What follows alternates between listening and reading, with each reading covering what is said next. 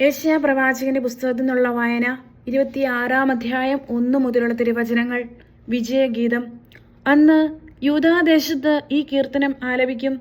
നമുക്ക് പ്രബലമായ ഒരു നഗരമുണ്ട്. കർത്താവ് നമ്മുടെ രക്ഷയ്ക്കു വേണ്ടി കോട്ടകൾ ഉയർത്തിയിരിക്കുന്നു. വിശ്വസ്തത പാലിക്കുന്ന നീതിനിഷ്ഠമായ ജനതയ്ക്ക് പ്രവേശിക്കാൻ വാതിലുകൾ തുറക്കുവിൻ. അങ്ങയിൽ ഹൃദയമുറപ്പിച്ചിരിക്കുന്നവനെ അങ്ങ് സമാധാനത്തിന് തികവിൽ സംരക്ഷിക്കുന്നു. എന്തെന്നാൽ അവൻ അങ്ങയിൽ ആശ്രയിക്കുന്നു. കർത്താവിൽ എന്നേക്കും ആശ്രയിക്കുവിൻ. ദൈവമായ കർത്താവ് ശാശ്വതമായ അഭയശിലയാണ്. ഗിരിശൃംഗത്തിൽ പണിത കോട്ടകളിൽ വസിക്കുന്നവരെ അവിടുന്ന് താഴെ ഇറക്കി അതിനെ നിലം പറ്റ് നശിപ്പിച്ച് പൊടിയിലാഴ്ത്തി. ദരിദ്രരുടെയും അഗതികളുടെയും പാദങ്ങൾ അതിനെ ചവിട്ടി മതിക്കുന്നു. നീതിമാന്റെ മാർഗം നിരപ്പുള്ളതാണ്, അവിടുന്ന് അതിനെ മിനുസമുള്ളതാക്കുന്നു. കർത്താവെ, അങ്ങയുടെ നിയമത്തിന്റെ പാതയിൽ ഞങ്ങൾ അങ്ങയെ കാത്തിരിക്കുന്നു. അങ്ങയുടെ നാമവും അങ്ങയുടെ ഓർമ്മയുമാണ് ഞങ്ങളുടെ ഹൃദയാഭിലാഷം. രാത്രിയിൽ എൻ്റെ ഹൃദയം അങ്ങയ്ക്ക് വേണ്ടി ദാഹിക്കുന്നു. എൻ്റെ ആത്മാവ് അങ്ങയെ തേടുന്നു. എന്തെന്നാൽ അങ്ങയുടെ കൽപ്പന ഭൂമിയിൽ ഭരണം നടത്തുമ്പോൾ ഭൂവാസികൾ നീതി അഭ്യസിക്കുന്നു. ദുഷ്ടനോട് കാരുണ്യം കാണിച്ചാൽ അവൻ നീതി അഭ്യസിക്കുകയില്ല. സത്യസന്ധതയുടെ ദേശത്ത് അവൻ വക്രത കാണിക്കുന്നു. അവൻ കർത്താവിന്റെ മഹത്വം ദർശിക്കുന്നില്ല. കർത്താവെ, അങ്ങ് കരമുയർത്തിയിരുന്നെങ്കിലും അവർ അത് കാണുന്നില്ല. അങ്ങയുടെ ജനത്തിനു വേണ്ടിയുള്ള അവിടുത്തെ തീക്ഷ്ണത കണ്ട് അവർ ലജ്ജിക്കട്ടെ.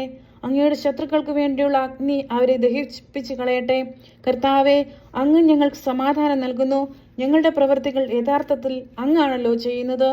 ഞങ്ങളുടെ ദൈവമായ കർത്താവെ, അങ്ങ് മറ്റ് അധിപന്മാർ ഞങ്ങളെ ഭരിച്ചിട്ടുണ്ട്, എന്നാൽ അങ്ങയുടെ നാമം മാത്രമാണ് ഞങ്ങൾ ഏറ്റുപറയുന്നത്.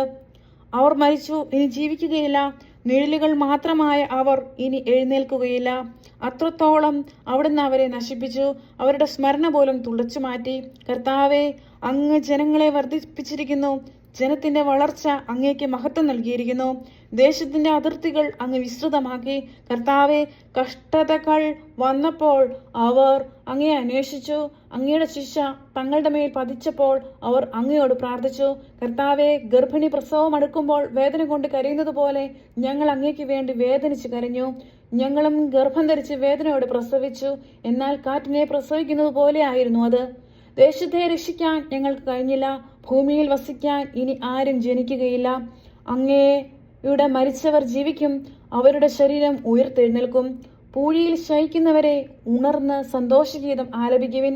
അങ്ങയുടെ ഹിമകരണം പ്രകാശം ചൊരിയുന്ന തുഷാര ബിന്ദുവാണ്. നിഴലുകളുടെ താഴ്വരയിൽ അങ്ങ് അത് വർഷിക്കും. ശിക്ഷയും രക്ഷയും. എന്റെ ജനമേ, വരുവിൻ. മുറിയിൽ പ്രവേശിച്ച് വാതിലടയ്ക്കുവിൻ. ക്രോധം ശമിക്കുന്നതുവരെ അല്പസമയത്തേക്ക് നിങ്ങൾ മറഞ്ഞിരിക്കുവിൻ.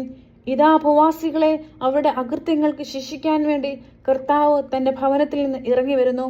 തന്റെ മേൽ ചൊരിഞ്ഞ രക്തം ഭൂമി വെളിപ്പെടുത്തും.